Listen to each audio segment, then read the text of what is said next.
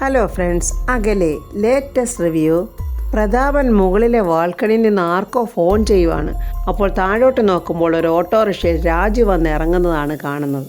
രാജു പതിവ് പോലെ എന്നും കയറി വരുന്ന പോലെ അകത്തോട്ട് കയറി വരുമ്പോൾ അവിടെ യാമിനിയും ശേഖറും സരസ്വതി തമ്പുരാട്ടിയും ഭദ്രയും ഋതികയും അംബികയും ദീപക്കും ഒക്കെ ഇങ്ങനെ നിൽക്കുവാണ്. രാജുവിനെ കണ്ടതും ഋതികയുടെ മുഖത്തങ്ങ് സന്തോഷം. പെട്ടെന്ന് തമ്പുരാട്ടി നോക്കുന്നുണ്ട്. അത് കണ്ടുകൊണ്ട് ഋതിക പെട്ടെന്ന് മുഖം കുനിച്ചു നിൽക്കുവാണ്. ഭദ്ര അങ്ങനെ എല്ലാവരോടും യാത്ര പറഞ്ഞ് പോവുകയാണ്. ഋതിക ചോദിക്കുന്നു, അല്ല രാജു ബൈക്കിലല്ലയോ വന്നത്? അല്ല, ബൈക്ക് ഒരു കംപ്ലൈൻറ്റ്, അതുകൊണ്ട് ഞാൻ ഓട്ടോറിക്ഷയിലാണ് വന്നത്. ഞാൻ ഓർക്കുവായിരുന്നു രാജു എന്താ ഇത്രയും താമസിക്കുന്നത്, അപ്പോൾ അതുകൊണ്ടാണ് താമസിച്ചല്ലേ. ഋതിക രാജുവിനോട് സംസാരിച്ചതൊന്നും സരസ്വതി തമ്പുരാട്ടിക്ക് അങ്ങോട്ട് ഇഷ്ടപ്പെട്ടില്ല. മുഖത്തൊരു ഭാവവ്യത്യാസം കാണുന്നുണ്ട്. അത് കണ്ടപ്പോൾ അംബികയ്ക്ക് മനസ്സിലായി ഇവനെ ഇവളും തമ്മിലുള്ള അടുപ്പമൊന്നും ഇവർക്ക് ഇതുവരെ മനസ്സിലായിട്ടില്ല. ദൈവമേ, ഇവരിപ്പോഴൊന്ന് അറിഞ്ഞിരുന്നെങ്കിൽ എന്തെങ്കിലുമൊക്കെ ഒന്ന് നടക്കുമായിരുന്നു. അങ്ങനെ കാണാനായിട്ട് ഇങ്ങനെ കാത്തു നിൽക്കുവാണ് അംബിക. തമ്പുരാട്ടി ഒരല്പം ഗൗരവത്തിൽ രാജുവിനോട് ചോദിക്കുന്നു, രാജു അല്ലേ നീ പ്രതാപൻ്റെ PA അല്ലയോ? അല്ലാതെ എൻ്റെ കൊച്ചുമകളുടെ PA ഒന്നും അല്ലല്ലോ. ഞാൻ നിന്നെ തന്നെ നോക്കി നിൽക്കുമായിരുന്നു. ഇങ്ങനെ പറഞ്ഞപ്പോഴേ അംബികയുടെ മുഖത്തൊരു ഭയങ്കര ചിരി. ഇന്നിവിടെ എന്തായാലും എന്തൊക്കെയോ നടക്കും. അത് കേട്ടപ്പോൾ ഋതികയ്ക്കും ഭയങ്കര സങ്കടമാകുന്നുണ്ട്. പെട്ടെന്ന് നമ്മുടെ ശേഖരൻ പറയുന്നു, അമ്മേ, രാജു നമ്മുടെ ഈ വീട്ടിലൊരു മെമ്പർ തന്നെയാണമ്മേ. അതുമാത്രമല്ല, ഈ രാജുവിൻ്റെ അച്ഛനെ അമ്മ നല്ലതുപോലെ അറിയും. ഡ്രൈവർ വേണു, പാനക്കലെ വേണുഗോപാൽ. അത് കേട്ടിട്ട് സന്തോഷത്തോടെ തമ്പുരാട്ടി ചോദിക്കുന്നു, ഇടാ നീ വേണുവിൻ്റെ മോനായിരുന്നോ? എന്നാലത് നീ നേരത്തെ പറയണ്ടേ. വേണു ഞങ്ങൾക്ക് പ്രിയപ്പെട്ടവനാ, ഞങ്ങളുടെ സ്വന്തം ആളല്ലേ വേണു എന്നിങ്ങനെ പറയുമ്പം രാജുവിൻ്റെ മുഖത്ത് ഭയങ്കര സന്തോഷം. അതുപോലെ തന്നെ യാമിനിക്കും ശേഖരനും ഋതികയ്ക്കുമല്ല. പക്ഷേ അംബികയുടെ മുഖം നോക്കുമ്പോൾ ചാണകത്തിൽ ചവിട്ടിയിട്ട് കഴുകാൻ വെള്ളമില്ലാതെ നോക്കി നിൽക്കുന്ന പോലെ ആയിപ്പോയി. വലിയ പ്രതീക്ഷയാണ്. ആ പ്രതീക്ഷയും പോയല്ലോ. വേണു ഞങ്ങളുടെ ഡ്രൈവർ മാത്രമല്ല, ഇപ്പോൾ നീ ഇങ്ങനെ ഇവിടെ നിൽക്കുന്നോ അതുപോലെ തന്നെ ഞങ്ങളുടെ കുടുംബത്തിലൊരു അംഗമായിരുന്നു വേണു. എന്തായാലും എനിക്ക് വേണുവിനെ ഒന്ന് കാണണം. അങ്ങനെ പറഞ്ഞിട്ട് തമ്പുരാട്ടി ഋതികയുടെ മുഖത്തോട്ട് നോക്കുമ്പോഴോ ഋതികയുടെ മുഖത്ത് ഭയങ്കര സന്തോഷത്തിൽ പ്രകാശിക്കുന്ന ഒരു ബൾബ് പോലെ തിളങ്ങുന്നു. ആ സമയത്ത് പ്രതാപൻ മുകളിൽ നിന്ന് ഇറങ്ങി താഴോട്ട് വരുന്നുണ്ട്. അല്ല, പ്രതാപൻ ഇറങ്ങുകയാണോ? അതേ അമ്മേ, ഇന്ന് ക്യാബിനറ്റ് മീറ്റിംഗ് ഉണ്ടമ്മേ.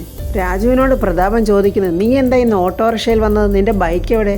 അത് സാറേ, അന്നത്തെ ആക്സിഡൻറ്റിന് ശേഷം ആ ബൈക്ക് എൻജിൻ കംപ്ലൈൻറ്റാണ്, അത് വർക്ക്ഷോപ്പിൽ കൊടുത്തിട്ട് വന്നിരിക്കുക. ഉടനെ തന്നെ പ്രതാപൻ ശേഖരനോട് പറഞ്ഞു, ശേഖര, നമ്മുടെ ഗ്യാരേജിൽ വേറൊരു ബൈക്ക് ഇരിപ്പോയില്ലേ? ഉണ്ട് ചേട്ടാ, അത് കുറേ നാളായിട്ട് വെറുതെ ഇരിക്കുക. എന്നാൽ ശേഖര, നീ പോയി അതിൻ്റെ കീ ഇങ്ങ് എടുത്തോട്ട് വാ. അത് കേട്ടിട്ട് അംബിക പറയാം, പ്രതാപ, അത് ദീപക്ക് യൂസ് ചെയ്യുന്നുണ്ട്, അവന് വേറെ ബൈക്കും കാറും ഒക്കെ ഉണ്ടല്ലോ. ഈ ബൈക്ക് ഇന്ന് മുതൽ ഇനി രാജുവിനിരിക്കട്ടെ. രാജു പറയാം, അയ്യോ സാറേ, എനിക്ക് വേണ്ട, എൻ്റെ പഴയ ബൈക്ക് ഞാൻ ശരിയാക്കി എടുത്തോളാം. നീ ഒന്നും ഇങ്ങോട്ട് പറയണ്ട, തൽക്കാലമേ ഞാൻ പറയുന്നത് അങ്ങോട്ട് കേട്ടാൽ മതി. താക്കോൽ കൊണ്ടൊന്ന് ശേഖരൻ പ്രതാപൻ്റെ കൈ കൊടുക്കാൻ പോകുമ്പോൾ പറഞ്ഞു, ശേഖര, നീ അത് രാജുവിൻ്റെ കയ്യിലോട്ട് കൊടുത്തേരെ. ഒന്നിനോടും ആർത്തിയും ആഗ്രഹവും ഇല്ലാത്ത രാജുവിനത് വാങ്ങിക്കാൻ വല്ലാത്തൊരു പേടി. അയ്യോ എനിക്ക് എന്നൊക്കെ ഇങ്ങനെ പറയുവാണ്. എന്താ രാജു, ചേട്ടനല്ലേ തന്നത്, വാങ്ങിച്ച രാജു എന്നൊക്കെ പറഞ്ഞ് ശേഖരൻ നിർബന്ധിച്ച ചാവി അങ്ങോട്ട് രാജുവിൻ്റെ കയ്യിലോട്ട് കൊടുക്കുവാണ്. അംബികയുടെയും മോൻ്റെയും കിളി പോയതുപോലെ ഇങ്ങനെ അന്തം വിട്ട് മിഴിച്ചു നിൽപ്പുണ്ട്. തമ്പുരാട്ടി ഇതൊക്കെ കാണുന്നുണ്ട്, രാജുവിൻ്റെ ഈ വിനയത്വമൊക്കെ. എന്നിട്ട് പ്രതാപൻ പുറത്തോട്ട് പോകാനൊരുങ്ങുമ്പോൾ പറയുന്നു, പ്രതാപ, ഞാൻ വന്ന കാർ അങ്ങ് തിരിച്ചു വിട്ടിട്ടുണ്ടായിരുന്നു, അതുകൊണ്ട് എനിക്കൊരു കാറ് വേണം, എനിക്ക് പുറത്തൊന്ന് പോകാനുണ്ട്. ശരിയമ്മേ എന്നും പറഞ്ഞ് പ്രതാപൻ പോവുകയാണ്. അംബികയ്ക്ക് തലയ്ക്ക് ചൂട് പിടിച്ച് ഇവരെങ്ങോട്ടാണ് ഇപ്പോഴൊരു യാത്ര, അത് കണ്ടുപിടിക്കണമല്ലോ. രാജുവിൻ്റെ വീട്ടിലാണെങ്കിൽ രാധമ്മ ബാങ്കിൽ എവിടെയോ പോയിരിക്കുവാണ്. രാവിലത്തെ ബ്രേക്ക്ഫാസ്റ്റ് ഉണ്ടാക്കാനായിട്ട് പ്രിയയെ ഏൽപ്പിച്ചിരിക്കുവാണ്. പുട്ടുണ്ടാക്കാൻ വേണ്ടി അവിടെ വെച്ചിട്ട് 2 കിലോ പുട്ടുപൊടി കാണുന്നില്ല. പ്രിയ അവിടെ എല്ലാം അരിച്ചു പെറുക്കി നോക്കുവാണ്. അപ്പോൾ ജയൻ വന്നിട്ട് ചോദിക്കുന്നു, എന്തുവാ പ്രിയ ഈ കിടന്ന് നോക്കുന്നത്? രാവിലെ വിശക്കുന്ന വല്ലതും ഉണ്ടാക്കിയോ നീ? എന്തോ ഉണ്ടാക്കാനാ ജയേട്ടാ, നിങ്ങളുടെ അമ്മയ്ക്ക് നോൺ വെജ് ഇല്ലാതെ വല്ലതും ഇറങ്ങുമോ? അതുകൊണ്ട് പുട്ടും മുട്ടക്കറി ഉണ്ടാക്കാമെന്ന് വിചാരിച്ച്. അയ്യോ, അതിന് മുട്ടക്കറി നോൺ വെജ് ആണോ എൻ്റെ അമ്മയ്ക്ക്? പറയാൻ പറ്റത്തില്ല. അതിരിക്കട്ടെ, ഇവിടെ ഇരിക്കുന്ന പുട്ടുപൊടി കണ്ടില്ല, അതാ ഞാനീ നോക്കുന്നത്. ആ സമയത്ത് വേണുവേട്ടനും വന്നിട്ട് ചോദിക്കുന്നു, എടി പ്രിയേ, ഒന്നും ഉണ്ടാക്കിയില്ലേ? വല്ലാതെ വിശക്കുന്നല്ലോ എന്നിങ്ങനെ പറയുമ്പോൾ പ്രിയ പറയുന്ന, അച്ഛാ, ഇവിടെ ഇരുന്ന പുട്ടുപൊടി കാണുന്നില്ല, അതാ ഈ നോക്കുന്നത്. പുട്ടുപൊടി കാണുന്നില്ലെന്നോ? എന്നും പറഞ്ഞ് വേണുവട്ടൻ പുറത്തോട്ട് നോക്കുമ്പോൾ നമ്മുടെ കൊച്ചമണി ആ പുട്ടുപൊടിയും കൊണ്ട് വാതുക്കലെല്ലാം ഇങ്ങനെ കോലം വരയ്ക്കുവാണ്. അല്ല, ഈ രാവിലെ വിക്ടോറിയ രാജ്ഞി എഴുന്നേറ്റ് എന്തുവാ പടം വരയ്ക്കുന്നു എന്നും പറഞ്ഞ് വേണുവട്ടൻ അടുത്തോട്ട് വന്ന് നോക്കുമ്പോൾ പുട്ടുപൊടിയും കൈവച്ചുകൊണ്ട് നിൽക്കുന്ന കൊച്ചമ്മണിയോട് ചോദിച്ചു, എന്തുവാ നിങ്ങൾ ഈ കാണിക്കുന്നത്? അതെ, ഞാൻ കോലം വരയ്ക്കുക വെച്ചാ, ഞാൻ തമിഴ്നാട്ടിൽ ജീവിക്കുമ്പോഴേ ഇങ്ങനൊക്കെ വരയ്ക്കുമായിരുന്നു. എടീ പ്രിയേ, ഇങ്ങോട്ട് ഓടി വാടി. പ്രിയ ഓടി വരുമ്പോൾ ദാണ്ട കിടക്കുന്നടി നിൻ്റെ പുട്ടും മുട്ടക്കറിയും.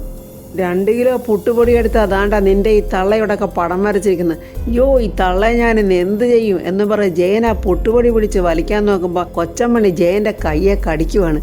വിടമേ വിടമേ എന്നൊക്കെ പറഞ്ഞൊരു വല്ലാത്ത പിടിവലിയാണ് അവിടെ നടക്കുന്നത്. ആ സമയത്ത് അങ്ങോട്ടൊരു കാറ് വരുന്നുണ്ട്. ഇപ്പോഴിങ്ങോട്ട് ആരായി കാറിൽ വരാന് എന്നും പറഞ്ഞിങ്ങനെ വേണു നോക്കുമ്പോൾ കാറിൽ നിന്ന് ഇറങ്ങുന്നത് സരസ്വതി ദേവി തമ്പുരാട്ടിയാണ്. അയ്യോ, ഞാൻ എന്തുവായി കാണുന്നത്? സൂര്യമംഗലം കൊട്ടാരത്തിലെ സരസ്വതി ദേവി തമ്പുരാട്ടി അല്ലയോ ഈ വരുന്നത്? പ്രിയയും ജയനും കൊച്ചമ്മണിയൊക്കെ ഇങ്ങനെ ഞെട്ടിത്തെറിച്ച് അവിടെ നോക്കി നിൽക്കുവാണ്. വേണുവേട്ടൻ കൈകൂപ്പി തൊഴുതുകൊണ്ട് ഓടി ചെല്ലുവാണ്. വേണുവിന് എന്നെ മനസ്സിലായോ? സൂര്യമംഗലം കൊട്ടാരത്തെയും അവിടെയുള്ള മനുഷ്യരെയും എനിക്ക് എങ്ങനെ മറക്കാൻ പറ്റും തമ്പുരാട്ടി? അതിന് വേണു ഞങ്ങളുടെ ഡ്രൈവർ മാത്രമായിരുന്നില്ലല്ലോ, കൊട്ടാരത്തിലെ ഒരു അംഗം കൂടിയല്ലായിരുന്നു. മേഡം വന്നാട്ടെ എന്ന് വളരെ ബഹുമാനത്തോടെ വേണു ഇങ്ങനെ സരസ്വതി അമ്മയെ അകത്തോട്ടിങ്ങനെ വിളിച്ചോണ്ട് വരുവാണ്. സരസ്വതി അമ്മ വേണുവിനോട് പറയുന്നത്, ഇവരൊക്കെ ആരാണെന്ന് എന്നെ ഒന്ന് പരിചയപ്പെടുത്തു വേണു, ഇവരെയൊന്നും എനിക്കറിയില്ലല്ലോ. എൻ്റെ ഭാര്യ രാധമ്മ ഇവിടെ ഇല്ല, അവൾ ബാങ്കിലൊരു കാര്യത്തിന് വേണ്ടി പോയിരിക്കുക.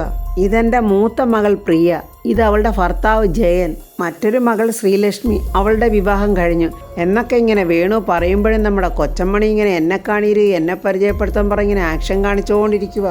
പിന്നെ രാജുവിനെ മേഡത്തിന് അറിയാമല്ലോ, രാജു വേണുവിൻ്റെ മകനാണെന്ന് ഞാൻ ഇന്നാ അറിഞ്ഞത്.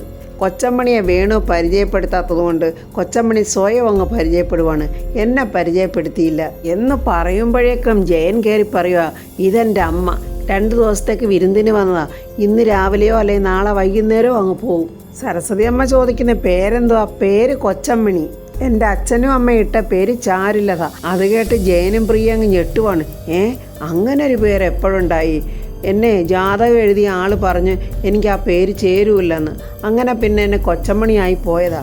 കൊച്ചമ്മണി ഇനി കൂടുതൽ പറഞ്ഞ് കുളവാക്കണ്ടെന്ന് കരുതി വേണുവേട്ടൻ പെട്ടെന്ന് മേഡം വന്നാട്ടെ അകത്തോട്ടിരിക്കാം എന്നും പറഞ്ഞ് സരസ്വതി അമ്മയെ വിളിച്ച് അകത്തോട്ട് കൊണ്ടുപോവാണ്.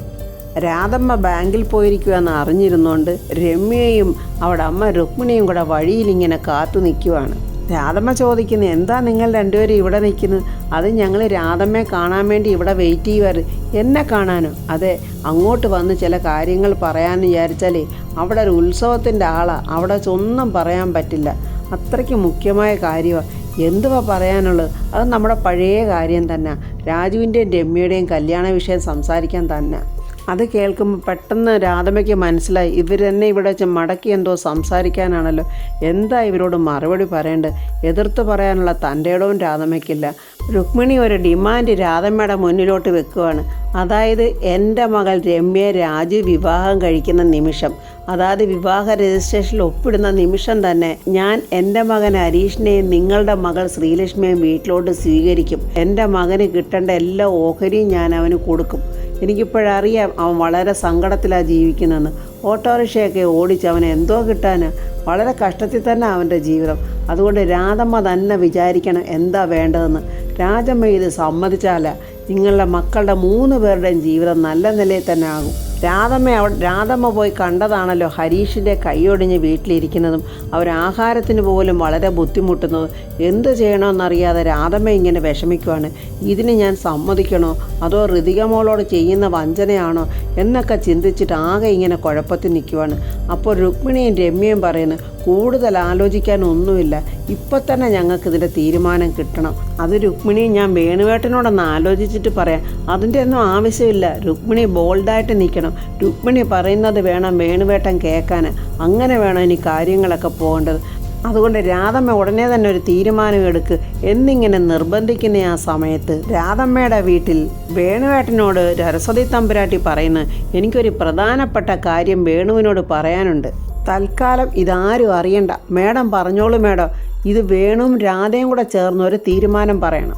ഞാൻ പറയാൻ പോകുന്ന കാര്യം ഒരുപക്ഷെ നിങ്ങൾക്കറിയാവുന്നതായിരിക്കും. ഞാൻ വളരെ പെട്ടെന്ന് മനസ്സിലാക്കിയ ഒരു കാര്യമാണ് എൻ്റെ കൊച്ചുമകൾ ഋതികയുടെ കല്യാണക്കാര്യം. അതാണ് എനിക്ക് വേണുവിനോട് പറയാനുള്ളത്. ഹൃദയ മോക്ക് രാജുവിന് ജീവന്. ആ സത്യം ഇന്നലെയാണ് ഞാൻ തിരിച്ചറിഞ്ഞത്. നമ്മൾ ഇരുകൂട്ടരും മുൻകൈയെടുത്ത് അവരുടെ വിവാഹം നടത്തി കൊടുക്കണം വേണു. വേണുവിൻ്റെ നെഞ്ചിൽ തീയാളി കത്തുവാണ്. എന്താണ് ഈ തമ്പുരാട്ടിയോട് പറയുന്നത്? എത്രയൊക്കെ പറഞ്ഞാലും മനസ്സിലാക്കാത്ത ഒരു പൊട്ടനാണല്ലോ എൻ്റെ മകൻ. എങ്ങനെ ആ കാര്യം ഞാൻ തുറന്നു പറയും എന്നിങ്ങനെ വിഷമിച്ച് നിൽക്കുമ്പോൾ സരസ്വതിയമ്മ ചോദിക്കുന്നു, എന്താ വേണുവിന് ഇക്കാര്യത്തിലൊരു താല്പര്യമില്ലാത്ത പോലെ? എന്തോ ഒരു വലിയ ടെൻഷൻ അനുഭവിക്കുന്ന പോലെ തോന്നുന്നുണ്ടല്ലോ. അതേ മാഡം, ടെൻഷൻ ഉണ്ട് മാഡം. അതിനെക്കുറിച്ച് ഞാൻ വിശദമായിട്ട് മാഡത്തിനോട് പറയാം. ഈ കല്യാണം മുടങ്ങിപ്പോകൽ ഇതിന് മുൻപും ഉണ്ടായിട്ടുണ്ട് മാഡം. വേറെ ചില കാര്യങ്ങളും നടന്നിട്ടുണ്ട്. അതൊക്കെ ഇപ്പം ഞാൻ മാഡത്തിനോട് പറയുന്നില്ല. പിന്നീട് വിശദമായിട്ട് അതൊക്കെ ഞാൻ പറയാം. ഹൃദയ മാഡത്തിന് രാജുവിനെ വലിയ ഇഷ്ടമാണ്. ഞങ്ങൾക്കും ആ കുഞ്ഞിനെ വലിയ ഇഷ്ടമാണ്. രാജു ഹൃദയ മാഡത്തിനെ കല്യാണം കഴിക്കുന്നതിൽ ഞങ്ങൾക്ക് 100 വട്ടം സമ്മതമാണ്. പിന്നെ എന്താ രാജു പ്രശ്നം? പ്രശ്നം മറ്റൊന്നുമല്ല മാഡം. പ്രശ്നക്കാരൻ എൻ്റെ മകനാണ്. രാജുവിനെന്താ വേറെ വല്ല അഫെയറും ഉണ്ടോ? അയ്യോ, അങ്ങനൊന്നുമില്ല മാഡം. ഹൃദയ മാഡത്തിന് എൻ്റെ മോൻ രാജുവിന് പ്രാണനാ. ഒരു ദേവതയെ കാണുന്ന പോലാണ് കാണുന്നത്. അത്രേ ഉള്ളോ? എങ്കിൽ സമാധാനമായി. രാജു വേണുവിൻ്റെ മകനാണ്. വേണുവിനെ പോലുള്ള പല സ്വഭാവങ്ങളും അതുപോലെ ഉണ്ട് രാജുവിൻ്റെ കയ്യിലും. ആ സ്വഭാവത്തിൽ ഒന്നാണ് നിങ്ങളുടെ സ്നേഹിക്കുന്നവരോടുള്ള അമിത ഈ വിനയത്വം. രാജുവിന് അത് കുറച്ച് കൂടുതലുണ്ട്. അല്ലാതെ രാജുവിന് ഋതുമോളോട് ഇഷ്ടക്കുറവൊന്നുമില്ലല്ലോ. അയ്യോ, രാജുവിൻ്റെ പ്രാണനാ ഹൃദയ മാഡം. ചെറുപ്പം മുതലേ ആ കുട്ടിയുടെ പ്രൊട്ടക്ഷനാണ് രാജു ഏറ്റെടുത്തിരിക്കുന്നത്. അപ്പോൾ അത് തന്നെയാണ് വേണു വിഷയം, വിധേയത്വം. അതൊക്കെ അങ്ങ് മാറിക്കോളും. രാജുവിൻ്റെത് നല്ല സ്വഭാവമാണ്. എൻ്റെ കൊച്ചുമോളാണ് ഋതിക. അവളുടെ മനസ്സൊരിക്കലും വാടാൻ പാടില്ല. അതുകൊണ്ട് അവൾ സ്നേഹിക്കുന്ന ചെറുപ്പക്കാരനുമായിട്ട് അവളുടെ വിവാഹം നടത്തണം. ഇക്കാര്യത്തിൽ നിങ്ങൾക്കാർക്കും എതിർപ്പില്ലാത്ത സ്ഥിതിക്ക് വേണു എന്നോട് സഹകരിക്കണം. നമുക്ക് രാജുവിൻ്റെയും ഋതികയുടെയും വിവാഹം നടത്തി കൊടുക്കണം. അവരുടെ ആ വിവാഹം നടത്തിയിട്ട് ഞാനിനി സൂര്യമംഗലത്തിലോട്ട് തിരിച്ചു പോകത്തുള്ളൂ. എന്തു പറയുന്നു വേണു? വേണുവിനൊരു ഉത്തരവും പറയാൻ പറ്റുന്നില്ല. കാരണം മകൻ രാജു ആണല്ലോ. രാജുവിൻ്റെ സ്വഭാവവും അറിയാം. അവൻ എങ്ങനെ ഇതൊക്കെ പറഞ്ഞൊന്ന് മനസ്സിലാക്കും? ഈ തമ്പുരാട്ടിയോട് ഞാൻ എന്തു പറയും എന്നിങ്ങനെ വിഷമിച്ച് നിൽക്കുവാണ് വേണു. അതേപോലെ രാധമ്മയും രുക്മിണിയുടെയും രമ്യയുടെയും മുന്നിലും ഇങ്ങനെ വിഷമിച്ച് നിൽക്കുവാണ്. എന്തു മറുപടി പറയണമെന്നറിയാതെ. രമ്യയുടെയും രുക്മിണിയുടെയും വാചകത്തിലും വാഗ്ദാനത്തിലും മയങ്ങി രാധമ്മ അങ്ങനെ രമ്യയും രാജുവായിട്ടുള്ള വിവാഹത്തിന് അവിടെ സമ്മതം കൊടുക്കുവാണ്. രുക്മിണി പറയുന്ന അങ്ങനെ വെറുതെ കൊണ്ട് സമ്മതിച്ചാൽ പോരാ രാധമ്മേ. ഈ പ്രസാദം, അതാ ദേവീക്ഷേത്രത്തിലെ ഈ കുങ്കുമത്തിൽ തൊട്ട് വേണം എനിക്ക് വാക്ക് തരാൻ എന്ന് പറയുമ്പോൾ രാധമ്മ അതുപോലെ ചെയ്യുന്നുണ്ട്. ഈ സമയം സൂര്യമംഗലം കൊട്ടാരത്തിലെ സരസ്വതി ദേവി തമ്പുരാട്ടി വേണുവിൻ്റെ നേർക്കും കൈനീട്ടുകയാണ്. വേണു എനിക്ക് വാക്ക് തരാനെന്ന്. രാധമ്മ അനുഭവിക്കുന്ന അതേ മാനസികാവസ്ഥയിൽ തന്നെ വേണുവും സങ്കടത്തോടെ, കാരണം മകനോടുള്ള തീരുമാനം അറിയാതെയാണല്ലോ ചെയ്യേണ്ടത്, ഇനി എന്താകും എന്നുള്ള സങ്കടത്തോടെ വേണുവും സരസ്വതി അമ്മയുടെ കയ്യിൽ സത്യം ചെയ്തു കൊടുക്കുന്നുണ്ട്. അപ്പോൾ ഫ്രണ്ട്സ്, രാധമ്മ രമ്യയും രാജുവായിട്ടുള്ള വിവാഹത്തിന് സമ്മതം കൊടുക്കുന്നു. വേണുവേട്ടനാണെങ്കിൽ രാജുവും ഹൃദയയും തമ്മിലുള്ള വിവാഹത്തിന് സരസ്വതി അമ്മയ്ക്കും വാക്ക് കൊടുക്കുന്നു. ഇനി രാജു ഇതൊക്കെ അറിയുമ്പോൾ എന്താണ് നടക്കാൻ പോകുന്നത്? രാജു ആരെ വിവാഹം കഴിക്കും എന്നുള്ള റിവ്യൂവുമായി നമുക്ക് നാളെ കാണാം. എൻ്റെ ഈ റിവ്യൂ ഇഷ്ടപ്പെട്ടാൽ ലൈക്കും കമൻസും, സബ്സ്ക്രൈബ് ചെയ്യാത്തവർ സബ്സ്ക്രൈബ് ചെയ്യണേ.